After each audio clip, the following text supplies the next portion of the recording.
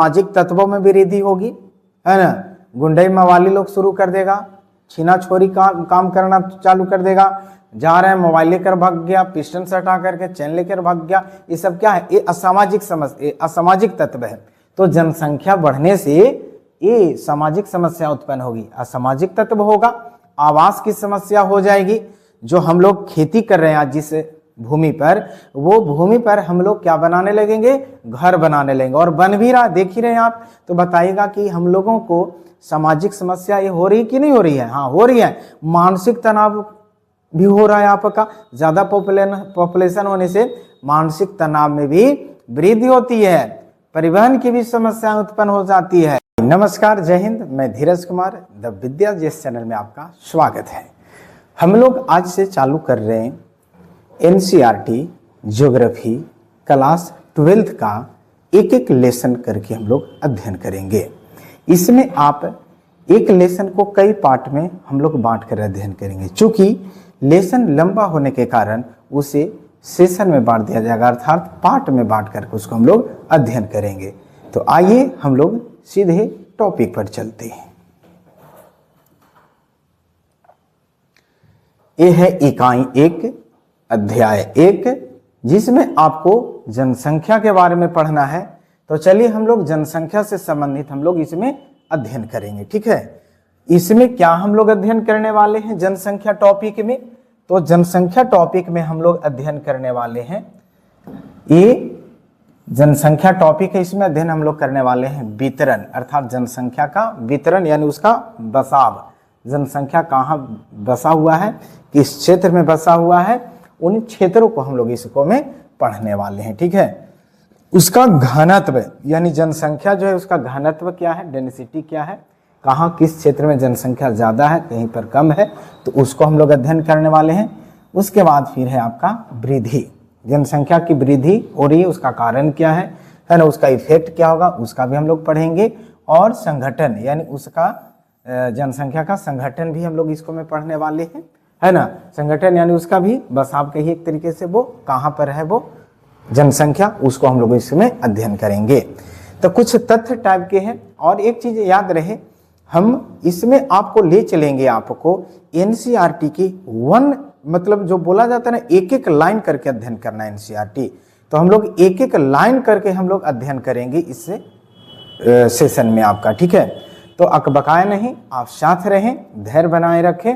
ये आपकी एकेडमिक जो 12th के एग्जाम देने वाले विद्यार्थी हैं उनके लिए तो ये रामबाण साबित होगा ही, लेकिन जो बीपीएससी टीआरई वगैरह एग्जाम जो देने वाले हैं और अदर कॉम्पिटिटिव एग्जाम देने वाले हैं उनको भी ये आपके काम देगी।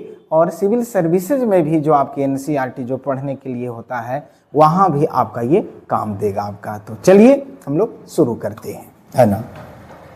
कह रहा है लोग किसी देश के अत्यंत महत्वपूर्ण घटक होते हैं। लोग यानी यहाँ जनता की बात हो रही है, लोगों की बात हो रही है। बताइएगा कि कोई देश हो और वहाँ जनता ही ना हो, तो बताइएगा कि वो देश कहा जाए वो वीरान क्षेत्र है। वहाँ की प्राकृतिक संसाधन जो है उसको कोई उपयोग करने वाला नहीं है ना। प्राकृतिक संसाधन सब धरा का धरा रह जाएगा। तो वही कहा जा रहा है इस लाइन में कि किसी भी देश के लिए, है ना, किसी भी देश के लिए बहुत जरूरी घटक है क्या, तो लोग यानी जनता। ये बहुत जरूरी होना चाहिए लोगों को वहां किसी भी देश में, है ना।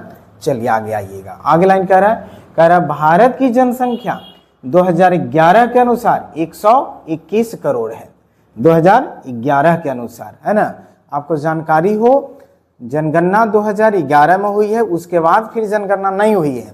जनगणना 10 वर्ष पर होते हैं, ये जनगणना होना चाहिए था 11-10-21, लेकिन 21 में उस समय कोविड चल रहा था और कोविड के वजह से, है ना, जनजीवन तो ऐसे ही अस्त व्यस्त था, तो उस समय जनगणना नहीं की गई आपका। इसलिए 2011 का ही डाटा है और 2011 के डाटा के अनुसार हम लोग की जनसंख्या कितनी है, 121 करोड़ है, जो विश्व में चीन के बाद भारत का दूसरा स्थान आता है। यानी जनसंख्या में विश्व स्तर पर चीन का प्रथम स्थान होगा और भारत का दूसरा स्थान होगा। ठीक है, कहाँ? विश्व में आपका। ठीक है, ये तथ्य है, ये नाजुक तथ्य है, आप आसानी से ये याद ही होगा आपका।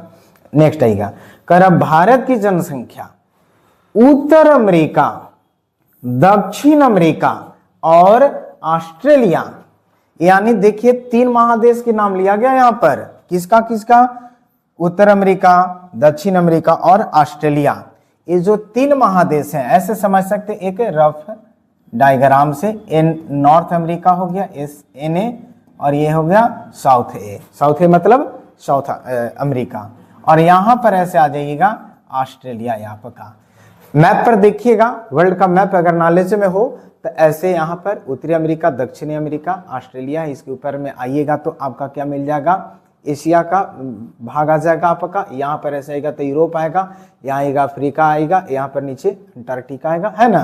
तो ये नॉर्थ अमेरिका, साउथ अमेरिका और ऑस्ट्रेलिया, ये जो 3 महादेश है, ये तीनों महादेश में जो कुल जनसंख्या है ना, कुल जनसंख्या, ये कुल जनसंख्या से भी भारत की जनसंख्या अधिक है। ये आपकी तथ्य यहां से जानकारी मिलती है। ठीक है, आगे आते हैं। आगे कह रहा है कि यह बताया जाता है कि इतना बड़ा जनसंख्या निश्चित तौर पर इसके सीमित संसाधनों पर दबाव डालती है और देश में अनेक सामाजिक आर्थिक समस्याओं के लिए उत्तरदायी है। अर्थात ये लाइन में सीधी सीधी बात बोली जा रही है कि जो इतनी बड़ी जनसंख्या है भारत में, ये जनसंख्या का असर भी तो पड़ेगा भाई। क्या पड़ेगा? तो जो भारत में जो सीमित संसाधन है, जो प्राकृतिक संसाधन क्या है, वो सीमित है। कोयला हो गया, पेट्रोलियम हो गया, है नहीं, खनिज पदार्थ जो हो गए, ये सब क्या है? ये सब सीमित मात्रा में है। ये बढ़ नहीं रहा है बल्कि और कम ही रहा है। जैसे जैसे हम लोग की उपयोगिता बढ़ती जा रही है, मानव में होड़ मचा हुआ है, प्राकृतिक संसाधनों को, है ना, जो धरोहर के रूप में है उसका बहुत ज्यादा दुरुपयोग हो रहा है। तो बताइएगा कि जितनी ज्यादा जनसंख्या बढ़ेगी, स्वाभाविक होगा ना कि वो सीमित संसाधन है ना, तो सीमित संसाधन पर ज्यादा जनसंख्या बढ़ने से क्या होगा? दबाव बनेगा। कैसे बनेगा? यानी उसका उपयोग ज्यादा होगा। कम जनसंख्या रहेगा तो उपयोग कम होगा, तो वो ज्यादा दिनों तक चलेगा, है कि नहीं। जैसे घर में आपके कोई आ जाते हैं मेहमान, अगर ज्यादा, अगर है ना, चावल बहुत कम है तो बताइएगा कि वो चावल, 1 बोरी चावल था आपके यहाँ, तो बताइएगा कि वो खत्म जल्दी होगा कि नहीं। अगर आप अकेले रहते तो वो ज्यादा दिन तक आप खाते उसको। तो बस वही कंडीशन यहाँ पर है आपका। ठीक है, चलिए आते हैं। और क्या कह रहा है कि देश में सामाजिक आर्थिक समस्याओं के लिए उत्तरदायी है। क्या भाई? तो जनसंख्या ज्यादा होना, अर्थात ज्यादा जनसंख्या होगी तो वो कारण बनेगा क्या चीज का? सामाजिक और आर्थिक समस्या का कारण बनेगा। सामाजिक कारक क्या बनेगा भाई? कारण क्या बनेगा? क्या समस्याएं होगी? हाँ होगी ना, ज्यादा जनसंख्या बढ़ जाएगा तो बताइएगा कि जो मानव समाज में रहेंगे वहां पर जनघनत्व ज्यादा हो जाएगा, यानी वहां पर बहुत ज्यादा लोगों की बसाव होगी। स्वाभाविक होगा कि बेरोजगारी की समस्या उत्पन्न होगी। अब उतने लोगों को तो नौकरी नहीं मिल पाएगी, सभी लोगों को रोजगार नहीं मिल पाएगा। स्वाभाविक होगा कि ज्यादा समस्या उत्पन्न क्या होगा भाई? ज्यादा जनसंख्या होने से क्या होगा भाई? तो असामाजिक तत्वों में वृद्धि होगी, है ना। गुंडई मवाली लोग शुरू कर देगा, छीना छोरी काम करना चालू कर देगा। जा रहे हैं, मोबाइल लेकर भाग गया, पिस्टन से हटा करके चैन लेकर भाग गया। ये सब क्या है? ये असामाजिक समस्या, असामाजिक तत्व है। तो जनसंख्या बढ़ने से ये सामाजिक समस्या उत्पन्न होगी, असामाजिक तत्व होगा। आवास की समस्या हो जाएगी। जो हम लोग खेती कर रहे हैं आज जिस भूमि पर, वो भूमि पर हम लोग क्या बनाने लगेंगे? घर बनाने लगेंगे, और बन भी रहा, देख ही रहे हैं आप। तो बताइएगा कि हम लोगों को सामाजिक समस्या ये हो रही कि नहीं हो रही है? हाँ हो रही है। मानसिक तनाव भी हो रहा है आपका। ज्यादा पॉपुलेशन होने से मानसिक तनाव में भी वृद्धि होती है, परिवहन की भी समस्या उत्पन्न हो जाती है। ये जैसे जैसे ये तथ्य जो है आपका, ये समाज की समस्या यहाँ पर सामने होता है आपका। ठीक है, और क्या होगी भाई? आर्थिक समस्या। ज्यादा पॉपुलेशन होगी तो आर्थिक समस्या होगा कि भाई कमाने वाले एक हैं और खाने वाले ज्यादा लोग रहेंगे, वो देश की अर्थव्यवस्था पर भी प्रभाव पड़ेगा, है नहीं। भारत की जो अर्थव्यवस्था है वो कृषि प्रधान है है नहीं। तो बताइएगा कि कृषि भी यहाँ छोटा होते जा रहा था। कैसे? क्योंकि जहां पर खेती हो रही थी, वो खेती हो रही थी, उस पर हम लोग घर बना ले रहे थे, मॉल हॉल बना दिए, सड़क बना दिए, है ना। नगर का विकास हुआ तो धीरे धीरे वो जो खेत वाला जमीन जो था जिस पर खेती करते थे उस पर तो घर बन गया। तो बताइएगा कि अनाज की भी यहाँ पर कमी हो गया उत्पन्न होने में, है ना। और हम भारतीय जो क्या है, कृषि प्रधान देश है, यानी भारत की अर्थव्यवस्था कृषि पर निर्भर है आपका। तो बताइए कि जब यहाँ कृषि में कमी होगी तो स्वाभाविक होगा कि ये आर्थिक स्थिति पर भी तो प्रभाव पड़ेगा ना।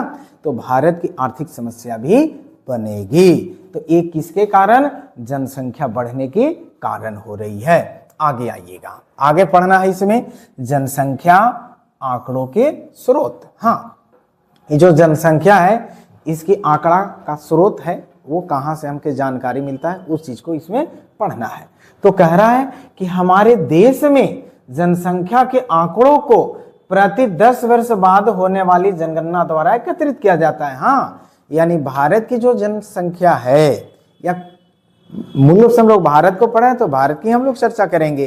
तो वही बोल रहा है कि भारत की जो जनसंख्या है ना, ये प्रत्येक 10 वर्ष पर जनगणना की जाती है, और वही 10 वर्ष पर जो जनगणना होती है वही जनगणना से हम लोगों को पूरा आंकड़ा मिलता है ना। आंकड़ा मिलता है ना भाई, बच्चों की संख्या कितना, बच्चियों की संख्या कितना, वृद्धों की संख्या कितना, पुरुषों की संख्या कितना, महिलाओं की संख्या कितना, बीपीएल में कितना, एपीएल में कितना, ये सब जानकारी है ना, सब जानकारी मिल जाता है। खस्सी, मुर्गी, पट्ठों की सबकी जानकारी मिल जाती है, क्योंकि जनगणना में उसकी भी गणना होती है, किसके पास कार है, किसके पास साइकिल है, किसके पास है नहीं कुछ भी नहीं है। ये सारी जानकारी हमें मिल जाती है, जनगणना होता है उससे, है ना।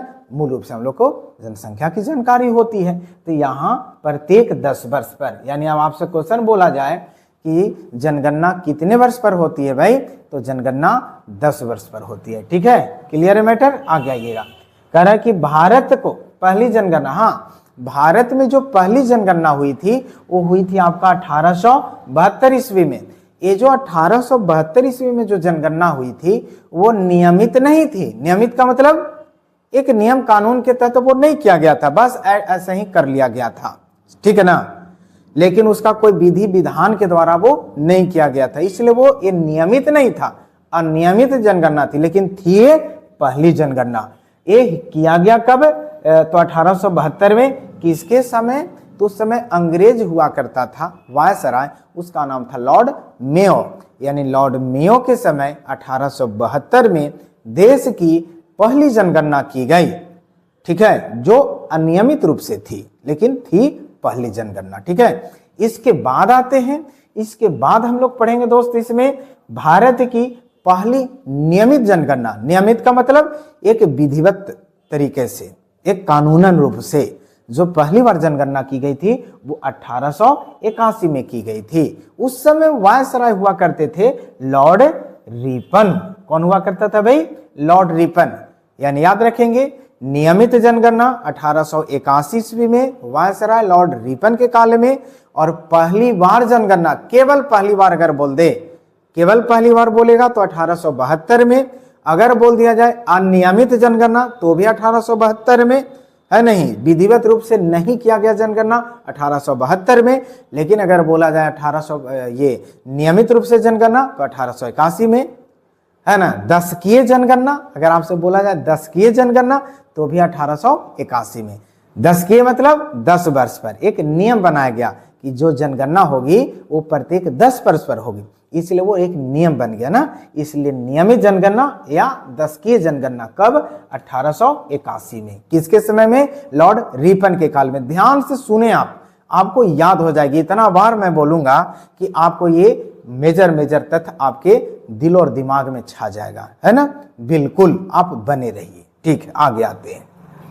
आगे आइए, यहां पर आपका बोल रहा है जनसंख्या का वितरण, यानी भारत में जो जनसंख्या है उसका विस्तार कैसा है, कहां है, किस क्षेत्र में है, उसको हम लोग इसको में देखेंगे। आइए देखते हैं। कह रहा है यह स्पष्ट है कि भारत में जनसंख्या के वितरण का प्रतिरूप अत्यधिक असमान है। मतलब बंधु, ये आपसे बोल रहे हैं विद्यार्थी कि भारत में जो जनसंख्या है वो असमान है, एक जैसा सभी जगह पर जनसंख्या नहीं है। होगा भी कैसे भाई, क्यों है वह असमान? तो कारण है भाई असमान होने का कारण इसलिए कि कहीं पर मरुभूमि है, कहीं पर पर्वतीय भाग है, कहीं पर मैदानी भाग है, कहीं पर डेल्टाई भाग है, कहीं पर द्वीप है। तो बताइएगा कि जो मैदानी भाग में जनसंख्या ज्यादा होगी वो जनसंख्या मरुस्थल में होगा, वो जनसंख्या भारत के जो उत्तर का भाग है हिमालय वाला क्षेत्र वहां पर जनसंख्या पाया जाएगा? नहीं, वो स्वाभाविक होगा कि सभी क्षेत्र में सभी जगह पर जनसंख्या एक समान नहीं होंगे। कारण वो जलवायु भी है, वहां की व्यवस्था है ना, क्लाइमेट, ये भी निर्भर करता है, धरातल की बनावट, इस पर भी तो जनसंख्या निर्भर करता है। मैदान भूमि अगर है जहां पर तो स्वाभाविक होगा कि मैदानी भूमि में वहां पर कल कारखाना ज्यादा डेवलप होगा, वहां पर कृषि कार्य अच्छे ढंग से होंगे, चूंकि समतल भूभाग है ना, पेयजल की समस्या नहीं होगी, कृषि के लिए जल की व्यवस्था रहेगी, है ना, यातायात की व्यवस्था होगी। तो स्वाभाविक होगा कि वो मैदानी भाग में जनसंख्या अधिक होगी। अब बताइए कि हिमालय वाले क्षेत्र पर, तो हिमालय वाले क्षेत्र में ठंड बहुत ज्यादा है, बताइएगा कि ठंड में सब लोग सर्वाइव नहीं कर पाएंगे, वहां पर व्यवस्था नहीं मिल पाएगी, पर्वतीय क्षेत्र है ना, वहां पर परिवहन की असुविधा होगी आपका, समझे कि नहीं, वहां पर कृषि कार्य नहीं किए जा सकते हैं। तो ये बताइएगा कि वहां पर असमान वितरण हो रहा है या नहीं हो रहा है? तो ये सब कारण है। डेल्टाई वाले भागों में वहां पर भी जनसंख्या पाई जाएगी, क्योंकि वहां पर भी मैदान पाए जाते हैं, उपजाऊ मैदान पाए जाते हैं, नदियों के डेल्टाओं के द्वारा जो लाई जाती है मिट्टी ना, वो उपजाऊ होता है, तो उसके वजह से वहां पर जनसंख्या पाई जाती है ना। परिवहन का भी वहां पर है ना, और एक देश से दूसरे देश भी हम वहां पर व्यापार कर लेते हैं, जल मार्ग का सुविधा होती है ना, मछली पालन हम लोग कर लेते हैं, इसलिए वहां पर डेल्टाई भागों में अर्थात तटीय भागों में भी आपका जनसंख्या ज्यादा मिलते हैं। चलिए, तो यही सब कारण है आपका जनसंख्या को असमान होने का। राजस्थान में जाइएगा, वहां मरुभूमि है, स्वाभाविक होगा कि मरुभूमि में जनसंख्या कम होगी, है ना, क्योंकि वहां पर बहुत तापमान ज्यादा होता है, वहां पर सब लोग सर्वाइव नहीं करेंगे, कृषि कार्य नहीं होंगे ढंग से, पेयजल की समस्या है, कृषि के लिए जल की उपलब्ध नहीं है, तो कहां से हम लोग वहां पर पॉपुलेशन ज्यादा हो पाएगा? नहीं ना हो पाएगा, नहीं हो पाएगा। आप वहां बसना चाहेंगे? नहीं बसना चाहेंगे, है ना। चलिए, बहुत अच्छी बात है, आगे आते हैं। आगे कह रहा है कि देश में राज्यों और केंद्र शासित प्रदेशों में सबसे अधिक जनसंख्या उत्तर प्रदेश की है। हाँ, यहां पर एक लाइन बोल रहा है कि भारत में जितने भी राज्य हैं ना, जितना भी राज्य, टोटल राज्यों की संख्या 28 है ना, तो 28 राज्यों और 7 केंद्र शासित प्रदेश, नहीं 7 नहीं, अब 8 कर लेंगे, 8 केंद्र शासित प्रदेशों है ना में सबसे अधिक जनसंख्या कहां पर मिलेगी भाई? तो वो मिलेगी उत्तर प्रदेश में आपका, ठीक है। तो उत्तर प्रदेश में मिलेगी जनसंख्या, यानी भारत में जनसंख्या के आधार पर सबसे बड़ा राज्य कौन होगा? उत्तर प्रदेश। यहां देखिए, ये उत्तर प्रदेश, जितना भी राज्य है ना और जितना केंद्र शासित है, यहाँ देखिए लद्दाख और जम्मू केंद्र शासित बन गया आपका, है नहीं। ये यहाँ पर दमन दीव यानी दादरा नगर हवेली और यहाँ पर दमन दीव, ये दोनों को मिला दिया गया और मिला करके एक यहाँ पर बना दिया गया केंद्र शासित, है ना। तो इस तरह से केंद्र शासित है, यहाँ ये अंडमान निकोबार ये सब क्षेत्र है, एक केंद्र शासित को। और राज्यों में टोटल सभी में से अगर जनसंख्या में बोला जाए सबसे पहला स्थान पर कौन है बंधु? तो वो है आपका उत्तर प्रदेश। बात क्लियर हो रही है? आगे आइए, कह रहा इसके बाद महाराष्ट्र, बिहार और पश्चिम बंगाल का स्थान आता है। ध्यान देंगे, ध्यान से सुनिए हमारी बात, बिल्कुल याद हम करा देंगे। जनसंख्या में नंबर 1 पर कौन आया? बिहार आया, सॉरी, जनसंख्या में नंबर 1 पर कौन आया? उत्तर प्रदेश आया। बिहार तो जनघनत्व में प्रथम स्थान पर है ना, उस पर भी हम चर्चा करेंगे, है ना। रुकिए, अभी पहला स्थान पर कौन है? उत्तर प्रदेश हो गया 1 नंबर पर, दूसरे नंबर पर महाराष्ट्र, तीसरे पर बिहार, चौथे पर पश्चिम बंगाल। यानी याद रखिएगा, 1 नंबर पर यूपी, 2 नंबर पर महाराष्ट्र, 3 नंबर पर बिहार, 4 नंबर पर पश्चिम बंगाल। किस आधार पर बोल रहे हैं हम ये? तो ये जनसंख्या के अधिकता के आधार पर, यानी सबसे ज्यादा जनसंख्या कहां पाई जाएगी? उत्तर प्रदेश में, उसके बाद महाराष्ट्र में, उसके बाद बिहार में, उसके बाद पश्चिम बंगाल में। याद रखिएगा। क्लियर हो रही है बात। अगर आपसे बोला जाए जनघनत्व में, तो जनघनत्व में नंबर 1 बिहार, ये वाला यहां आ गया, नंबर 1 पर बिहार है भैया। हाँ, हम बिहारी सबसे ज्यादा हैं पॉपुलेशन में, है ना, यानी वो जनघनत्व में कहा जाए, है ना। ये बिहार वालों को सोचना चाहिए इस पर थोड़ा, है ना, ज्यादा ना बढ़ाएं जनसंख्या को। खैर, तो 1 नंबर में जनघनत्व में बिहार और दूसरा पर बंगाल, जो कि 2001 की जनगणना के अनुसार अगर हम बात करें तो 2001 की जनगणना के अनुसार पश्चिम बंगाल नंबर 1 पर था और बिहार दूसरा पर था। लेकिन 2011 जनगणना के अनुसार बिहार नंबर 1 पर और पश्चिम बंगाल दूसरा स्थान पर। अगर आपसे बोला जाए जनसंख्या के आधार पर पश्चिम बंगाल का क्या स्थान, तो चौथा, है ना। और जनघनत्व में क्या स्थान बंगाल का, तो दूसरा। अगर बिहार के बारे में बोला जाए कि जनसंख्या के आधार पर बिहार का क्या स्थान, तो तीसरा।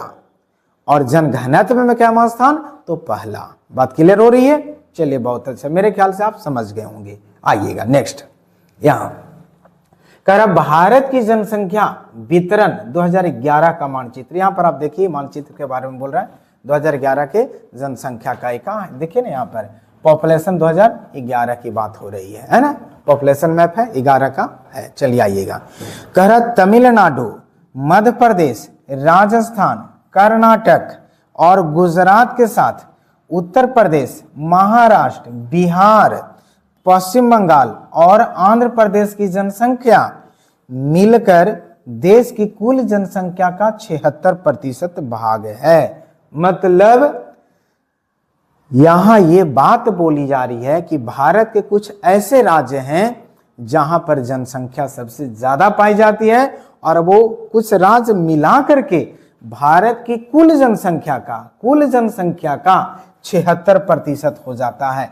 कौन कौन बोल रहा भाई, तो सबसे पहले आइए तमिलनाडु। यहाँ तमिलनाडु में आ जाइए, यहाँ तमिलनाडु आपका है। उसके बाद क्या बोला, मध्य प्रदेश में आ जाइए। राजस्थान, यहाँ राजस्थान में आ जाइए, है ना। यानी आप ऐसे आप इसको ये समझिए, यहाँ पर ऐसे एक, ठीक है। उसके बाद मध्य प्रदेश, उसके बाद राजस्थान, उसके बाद क्या बोल रहा है कर्नाटक, तो कर्नाटक यहाँ जाइए 4 पर। उसके बाद गुजरात आ जाइए 5 पर। उसके बाद उत्तर प्रदेश यूपी में आ जाइए, है ना, यूपी में 6 पर। महाराष्ट्र आ जाइए 7 पर। बिहार आ जाइए, आइए ना अपना बिहार में, यहाँ आ जाइए 8, है ना। उसके बाद आइए पश्चिम बंगाल, बगल में आ जाइए, है ना, पश्चिम बंगाल। और क्या कह रहा है, आंध्र प्रदेश, आंध्रा में आ जाइए यहाँ पर, यानी यहाँ पर 10। यानी ये आपका टोटल 10 राज्य यहाँ पर हम बात कर रहे हैं। कौन कौन सा, तमिलनाडु 1 पर, मध्य प्रदेश, राजस्थान, है ना। उसके बाद आइए कर्नाटक, उसके बाद गुजरात, उसके बाद उत्तर प्रदेश, उसके बाद कहाँ आइएगा भाई, महाराष्ट्र, उसके बाद बिहार, है ना। उसके बाद यहाँ पश्चिम बंगाल और उसके बाद आंध्र प्रदेश। यानी टोटल 10 राज्य। ये 10 राज्य मिलाकर के भारत की कुल जनसंख्या 76% है। यानी कोई भी वस्तु अपने आप में 100 होता है, अर्थात जनसंख्या भी अपने आप में 100 होगी, 100% है, तो 100 का 76% जो जनसंख्या है वो ये 10 राज्यों के जनसंख्या को मिला करके है। अब समझिएगा कि ज्यादा पॉपुलेशन वाले राज्य हैं आपका। क्लियर है। चलिए, बहुत अच्छी बात। आगे आइएगा। आगे कह रहा है दूसरी ओर जम्मू और कश्मीर, हाँ एक तरफ और देखा जाए कुछ तथ्य और है यहाँ पर, तो कह रहा है जम्मू कश्मीर में 1.04% है, यानी बहुत कम है। अरुणाचल प्रदेश में 0.84%, यहाँ और कम है। उत्तराखंड में आइएगा 0.83%, यहाँ और कम है। जैसे राज्यों की जनसंख्या का आकार इनके विशाल भौगोलिक क्षेत्र के बावजूद अत्यंत छोटा है। मतलब एरिया तो बहुत बड़ा है, यहाँ पर सीधे लाइन बोल रही है कि यहाँ जो जनसंख्या है ये बहुत कम है, लेकिन एरिया क्या है, बहुत ज्यादा है। विशाल भौगोलिक क्षेत्र है, भाई एरिया बहुत ज्यादा है लेकिन जनसंख्या बहुत कम है, पॉइंट में सारा है। अब बताइए कि यहाँ पर ऐसा क्यों है? तो कारण इसका भी हम बात किए थे, तो इसका कारण है भौगोलिक कंडीशन, है ना, स्थलों का बनावट, ये सब कारण हो रहा है। भौगोलिक कंडीशन क्या? पर्वतीय क्षेत्र है, जम्मू कश्मीर पर्वतीय क्षेत्र, बर्फबारी होते रहते हैं अक्सर यहाँ पर, है ना, यहाँ पर ठंडी प्रदेश है, यहाँ पर जनसंख्या कम लोग रहना चाहेगा। अरुणाचल प्रदेश, यहाँ पर भी अक्सर लैंड स्लाइड और ये आइस स्लाइड होते रहता है, भूस्खलन हिमस्खलन होते रहता है, जिसकी वजह से यहाँ पर भी बहुत से लोग कम रहना चाहते हैं। यहाँ जंगलीय और ये मतलब उतना है ना, सुरक्षा की दृष्टि से उतना नहीं है, भौगोलिक कंडीशन यहाँ पर अच्छा नहीं है ना। अक्सर यहाँ जम्मू का ये चाइना वाले भी अक्सर करते रहता है बदमाशी, है ना, घुसपैठ की कोशिश करते रहता है, इस सब का भी असर पड़ता है यहाँ पर आपका। उत्तराखंड आइएगा, ये भी ठंडी प्रदेश है, पर्वतीय प्रदेश है ना, तो यहाँ पर भी जनसंख्या कम है। एरिया तो बहुत ज्यादा है लेकिन जनसंख्या कम है, वही कारण है, भौगोलिक एरिया ज्यादा लेकिन जनसंख्या कम होने का। क्लियर है? चलिए आगे आइएगा। आगे कह रहा है भारत में जनसंख्या का ऐसा असमान स्थानिक वितरण देश की जनसंख्या और भौतिक, सामाजिक, आर्थिक तथा ऐतिहासिक कारकों के बीच घनिष्ठ संबंध प्रकट करता है। यह स्पष्ट है कि भूविन्यास और जल की उपलब्धता के साथ जलवायु प्रमुख रूप से वितरण के प्रतिरूपों का निर्धारण करती है। एक एक लाइन को हम लोग समझते चलेंगे। भारत में जनसंख्या का असमान वितरण है, यानी एक जैसा वितरण नहीं है। अभी हम तुरंत बात किए थे, कहीं पर मरुस्थल है, कहीं पर पर्वतीय भाग है, कहीं पर बर्फ वाला भाग है, कहीं पर जंगल है, कहीं पर मैदानी भाग है, कहीं पर डेल्टाई भाग है, यानी वहां का भौगोलिक बनावट अलग अलग है। भौगोलिक बनावट अलग अलग, स्थल की बनावट अलग अलग, जलवायु अलग, स्वाभाविक होंगे कि जनसंख्या भी उसी के अनुसार वहां पर स्थित होगी। जनसंख्या भी वहां पर उस भौगोलिक दृश्य के अनुसार, भौगोलिक बनावट के अनुसार वहां पर अलग अलग पाए जाएंगे। क्योंकि जहां मैदानी भाग होगा स्वाभाविक होगा कि वहां पर लोग बसना ज्यादा चाहेगा, पर्वतीय भाग होगा, बर्फ वाला भाग होगा, वहां पर रहना बहुत मुश्किल होगा, जीवन सर्वाइव करना मुश्किल होगी, इसलिए वहां पर लोग बसना कम चाहेंगे। मरुस्थलीय भाग में लोग बसना कम चाहेंगे, पेयजल की समस्या होगी, कृषि की समस्या होगी, है ना। तो ये सब कारण है भाई, और ये सब कारण के कारण क्या होता है? असमान वितरण पाया जाता है। कह रहा है ऐतिहासिक कारकों के बीच। अच्छा यहाँ तो और थोड़ा देखिए, कह रहा भौतिक, सामाजिक, आर्थिक तथा ऐतिहासिक कारकों के बीच घनिष्ठ संबंध प्रकट करता है। हाँ, जनसंख्या जो है भौतिक, सामाजिक, आर्थिक तथा ऐतिहासिक कारक पर भी निर्भर करता है, एक दूसरे को जोड़ने का भी काम करता है आपका। ठीक है, कौन? ये जनसंख्या। कह रहा यह स्पष्ट है कि भूविन्यास, भूमि की बनावट और जल की उपलब्धता के साथ जलवायु प्रमुख रूप से वितरण के प्रतिरूपों का निर्धारण करती है। भाई भूविन्यास, भूमि की बनावट, जल की उपलब्धता और जलवायु, अभी हम बात कर रहे थे, भूमि कैसी है वहां, इस पर निर्भर करती है जनसंख्या। भूमि प्लेन होगी वहां लोग ज्यादा बसना चाहेंगे, भूमि प्लेन नहीं होगी, सूखा वाला भूमि होगा, कम बसना चाहेंगे, मरुस्थलीय भूमि होगा, कम बसना चाहेंगे, पर्वतीय भूमि होगी, कम बसना चाहेंगे, है ना, हिम वाला भूमि होगा यानी बर्फ वाला भूमि होगा, वहां कम बसना चाहेंगे।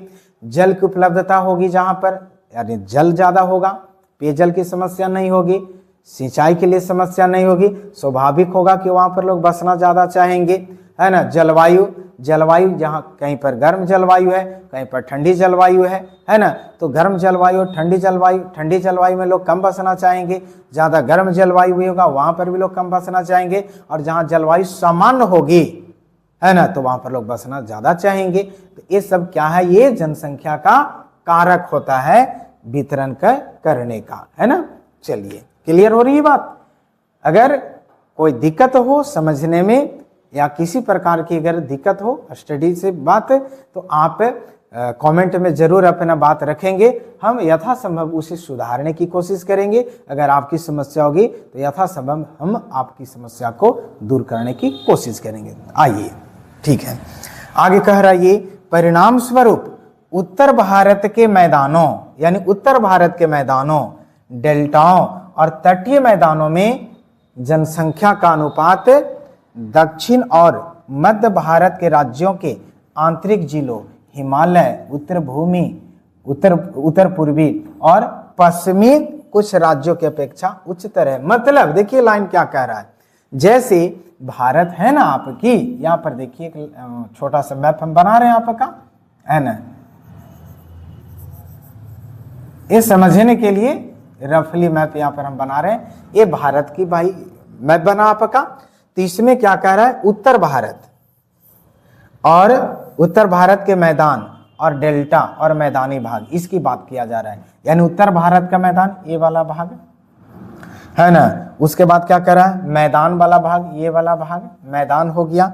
डेल्टा, डेल्टा जब भी बनेंगे तो पश्चिमी घाट में नहीं, पूर्वी घाट में बनेंगे, क्योंकि पूर्वी घाट में नदियां प्रवाहित होगी, तो डेल्टा का निर्माण स्वाभाविक होगा कि यहाँ पर होगा। क्वेश्चन बनते हैं आपका कि भारत के किस तट पर डेल्टा का निर्माण होता है, तो पश्चिमी तट पर या पूर्वी तट पर, तो पूर्वी तट पर, क्योंकि नदियां यहाँ प्रवाहित होती है वो डेल्टा बनाती है, जबकि पश्चिमी घाट में बनने वाली नदियां डेल्टा नहीं बनाती है। तो जहां ये डेल्टा होगी यहाँ पर की बात हो रही है। यानी आप समझिए यहाँ ये जो डेल्टाई वाला भाग है, यहाँ पर नदी के द्वारा बहाकर लाई गई मलबा से मैदान का निर्माण होता है, और ये मैदान क्या होता है, बहुत फर्टाइल होता है, बहुत उपजाऊ होता है, जिसके कारण लोग यहाँ पर कृषि कार्य बहुत अच्छे ढंग से करते हैं।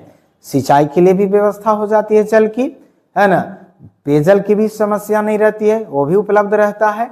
इसके कारण यहाँ पर कृषि कार्य को लेकर के भी जनसंख्या पर पाई जाती है ना।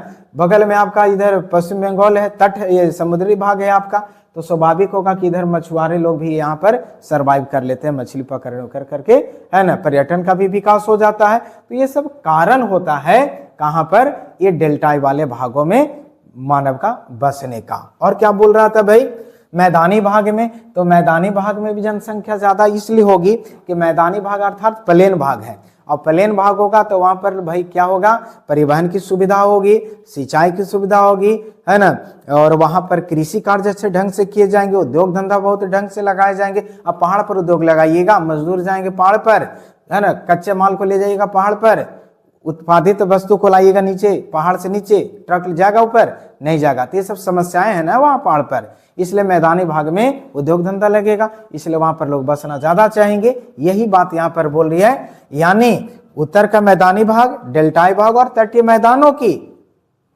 तुलना में करा दक्षिण और मध्य भारत के राज्य, यानी दक्षिण ये वाला भाग, दक्षिण भारत का ये वाला भाग, दक्षिण भारत के राज्य और आंतरिक जिला, कुछ दक्षिण भारत के जो क्षेत्र में जो आते हैं वो राज्य क्या, उसके कुछ जिलों में, और कहा भाई हिमालय, ये हिमालय वाला क्षेत्र है, हिमालय और उत्तर पूर्वी ये वाला भाग, ये उत्तर पूर्वी पूरा ये आपका उत्तर पूर्व कहलाता है ना, उत्तर पूर्व, और पश्चिम यानी पश्चिम ये वाला भाग है यहाँ पर ऐसे, है ना, राजस्थान गुजरात ये भाग आ रहा है, ये पश्चिम की करा की अपेक्षा उच्चतर है। यानी सीधी सी लाइन बोल रहा है कि बंधु कि ये मध्य भारत में और कुछ उत्तरी भारत में पंजाब हरियाणा ये सब जो क्षेत्र है आपका, यूपी जो है वो, है ना, ये सब जो भाग है, बिहार अपना ये एमपी यूपी, ये सब मैदानी भाग में सब आ जाता है यहाँ पर, और ये डेल्टाई वाले भागों में, यानी इधर आपका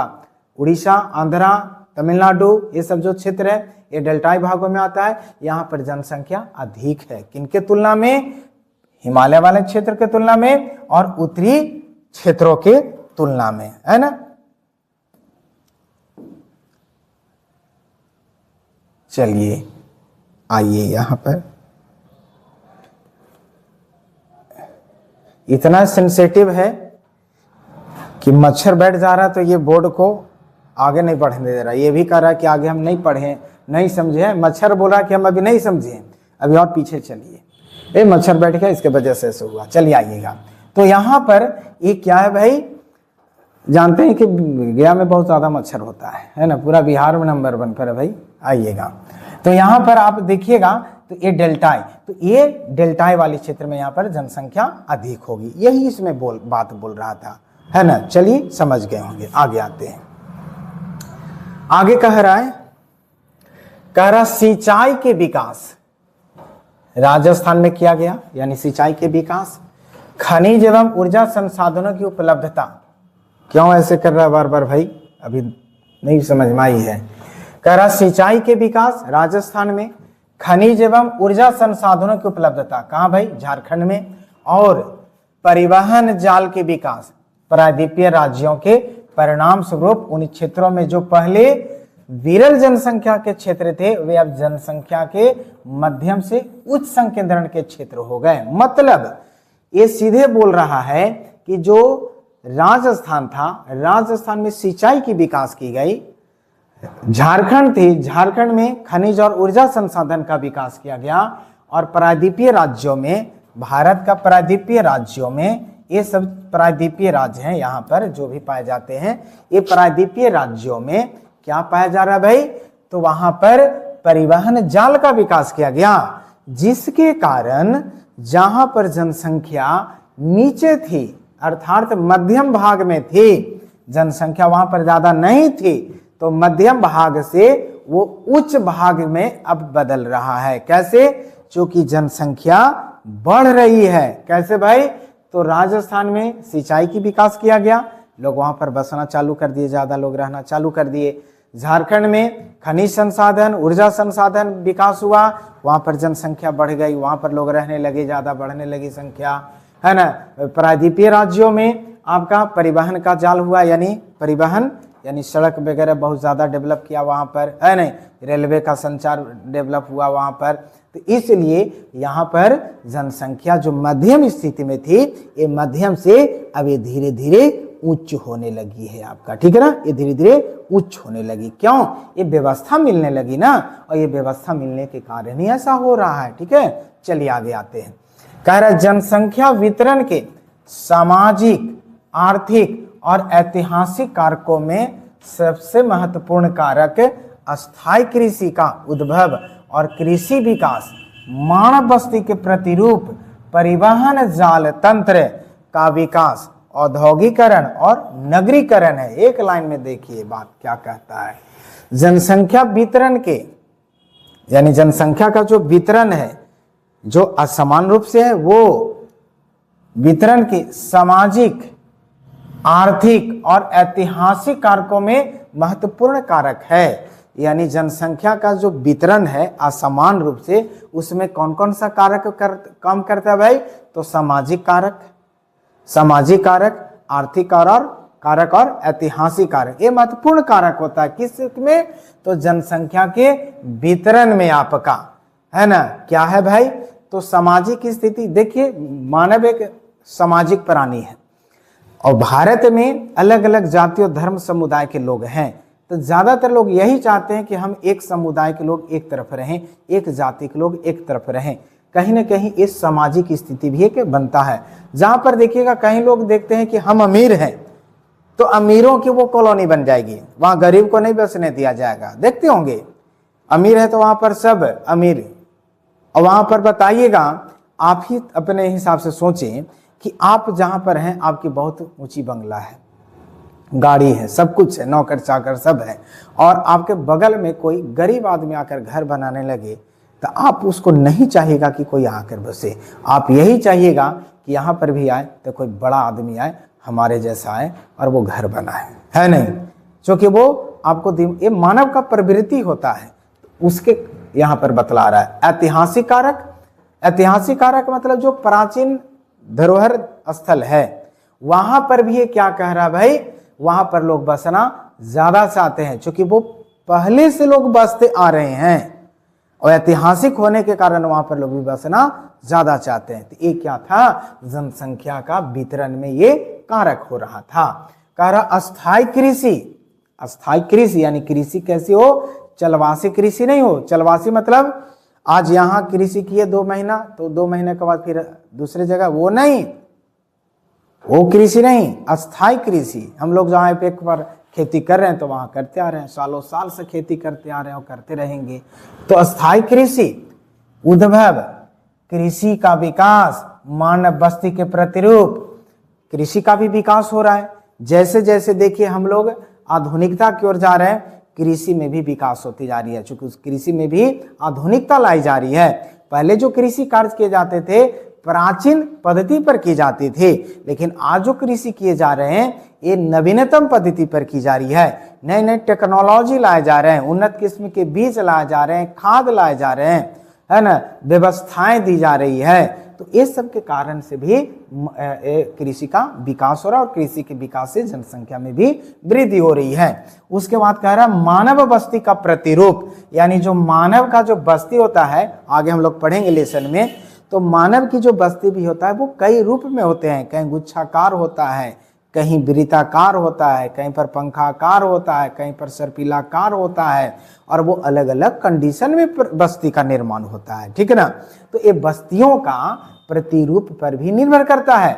आप बस्ती को देख करके समझ जाइएगा कि कौन सा बस्ती है ना अच्छा बस्ती है, डेवलप बस्ती है, और कौन सा बस्ती उतना डेवलप नहीं है। बस्ती का बसाव पर भी आप देख करके अनुभव कर लीजिएगा। आगे हम लोग उसको पढ़ेंगे पूरा डिटेल्स रूप में, है ना।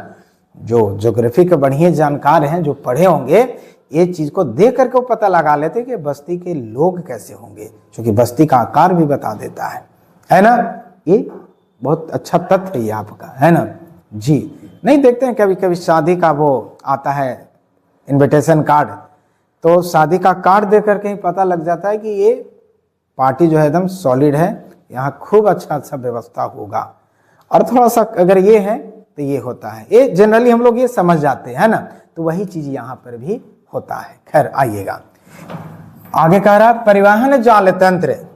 परिवहन जाल तंत्र यानी परिवहन की भी व्यवस्था हो रही है आपका, जिससे क्या हो रहा है, परिवहन जाल तंत्र के विकास से जनसंख्या में भी वृद्धि होगी। जहां पर जाने की सुविधा नहीं थी वहां पर आज सड़क बन गई, तो बताइएगा कि वहां पर लोग बसने में अब देरी करेगा? नहीं करेगा।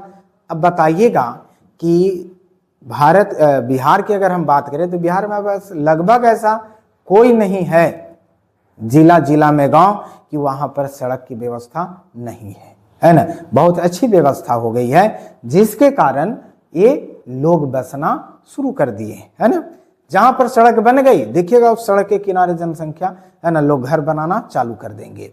सड़क नहीं है तो वहां पर विकास नहीं होगा, क्योंकि मूल रूप से तो सड़क ही है जो जोड़ता है एक जगह से दूसरी जगह लोगों को, आवागमन को जोड़ता है ना।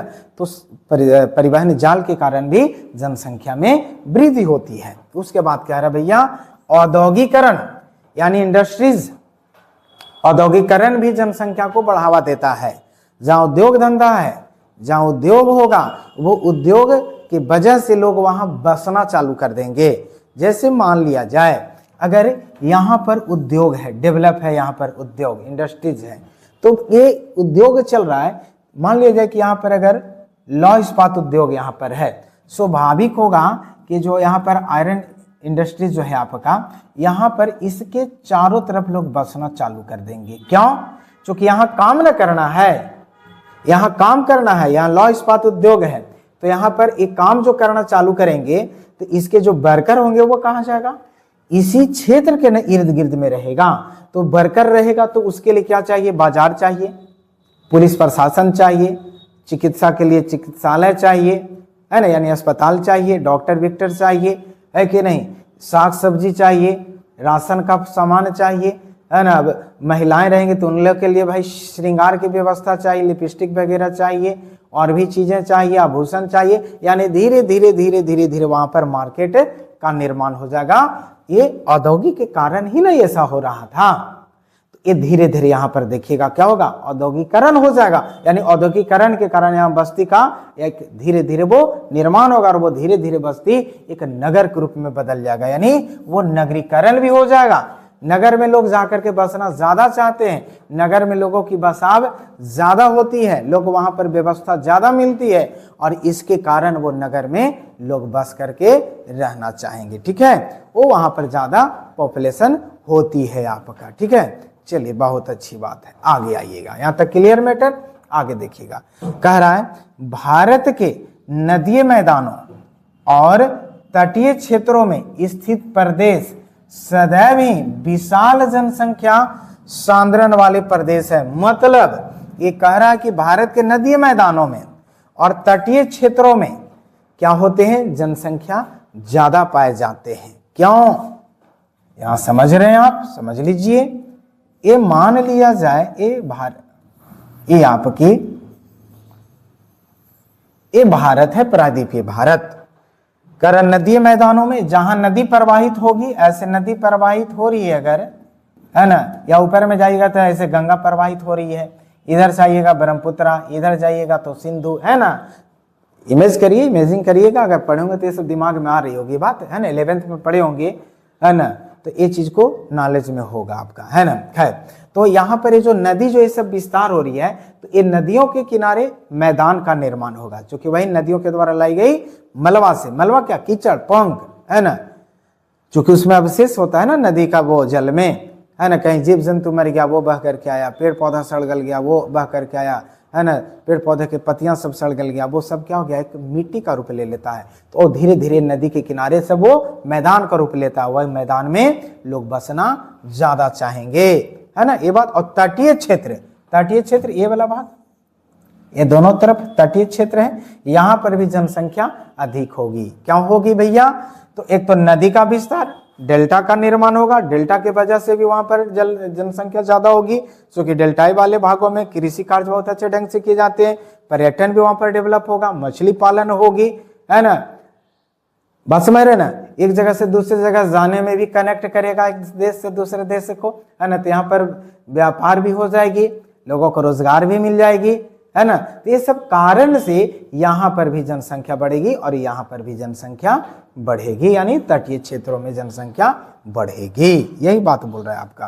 कह रहा इन प्रदेशों में जमीन और जल जैसे प्राकृतिक संसाधनों में उपयोग के कारण निम्नीकरण हुआ है। अच्छा, आगे कह रहा है कि कुछ ऐसे प्रदेश हैं, है ना, कहाँ भाई, तो नदीय मैदानों में, और कहाँ, तो नदीय तटीय क्षेत्रों में। इसी का लाइन यहाँ पर आगे आ रहा है, कह रहा है इन प्रदेशों में, कौन सा प्रदेशों में, तो नदीय मैदानों में और तटीय क्षेत्रों में जमीन और जल जैसे प्राकृतिक संसाधन उपयोग के कारण, यानी जमीन का भी ज्यादा उपयोग कर रहे हैं और जल का भी ज्यादा उपयोग कर रहे हैं। कैसे, तो भाई नदीय मैदान यानी वो मैदानी भाग होगा, है ना, प्लेन भाग होगा, स्वाभाविक होगा कि यहाँ की जमीन को हम लोग ज्यादा प्रयोग करेंगे, खेती बाड़ी ज्यादा करेंगे, यहाँ से उत्पादन ज्यादा करेंगे। तटीय क्षेत्रों में या नदीय क्षेत्रों में जल का भी प्रयोग ज्यादा करेंगे, क्योंकि कृषि जब करेंगे तो जल का भी तो प्रयोग कर रहे हैं कृषि करने के लिए, यानी उसमें हम सिंचाई कर रहे हैं। तो बताइए कि जमीन का ज्यादा प्रयोग किए और जल का ज्यादा प्रयोग किए, इससे क्या होगा, निम्नीकरण हो जाएगा, यानी भूमि की हरासमेंट होगी, भूमि की क्वालिटी गिरेगा, भूमि उपजाऊ कम होने लगेगी धीरे धीरे। क्यों, क्योंकि उसका हम बहुत ज्यादा प्रयोग किए हैं, उसका उपयोग ज्यादा हम किए हैं, यहाँ पर जमीन और जल का भी ज्यादा प्रयोग किए हैं, और ज्यादा सिंचाई करने से भूमि निम्नीकरण हो जाता है, यानी ऊपर का भूमि जो होता है कट जाता है, ऊपर की धरातल जो होती है ना, धरातल के ऊपर जो मिट्टी, वो मिट्टी कट जाते हैं, ऊपर का सरफेस कट जाता है ज्यादा सिंचाई के कारण से। तो बताइएगा कि एक क्रिया क्या कहलाएगा, भूमि निम्नीकरण, यानी भूमि का कटाव होगा, ह्रास होगा, है ना। तो ये सब ज्यादा भी उपयोग नहीं करने के लिए कहता है ना।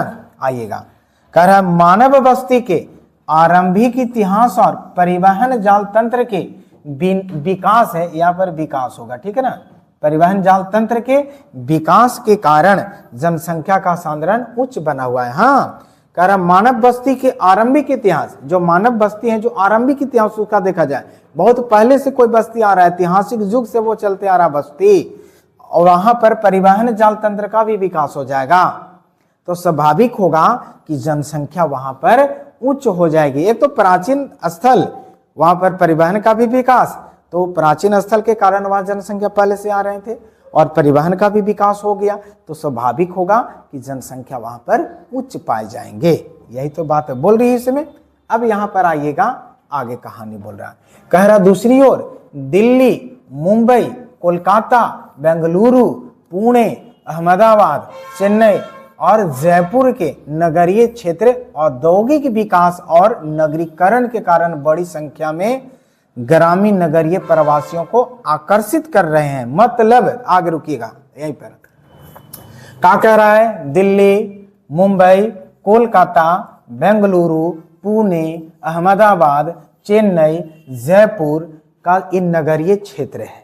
यानी जितना भी आप देख रहे हैं ना शहर, इस सभी के सभी में नगरीय क्षेत्र है, अर्थात नगर क्या, यानी बड़ा टाउन है यहाँ पर, ठीक है। और ये बड़ा टाउन कैसे बना भाई? तो यहाँ पर औद्योगिक विकास हुआ, यानी उद्योग धंधा का विकास हुआ। नगर का विकास कैसे? अरे गांव से ही तो नगर बना है भाई। तो गांव से नगर कैसे बना?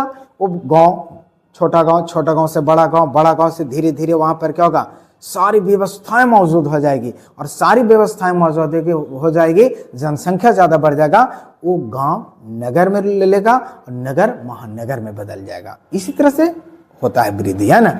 तो वही कह रहा है कि ये नगरीय क्षेत्र औद्योगिक विकास और नगरीकरण के कारण बड़ी संख्या में ग्रामीण नगरीय प्रवासियों को आकर्षित कर रही है।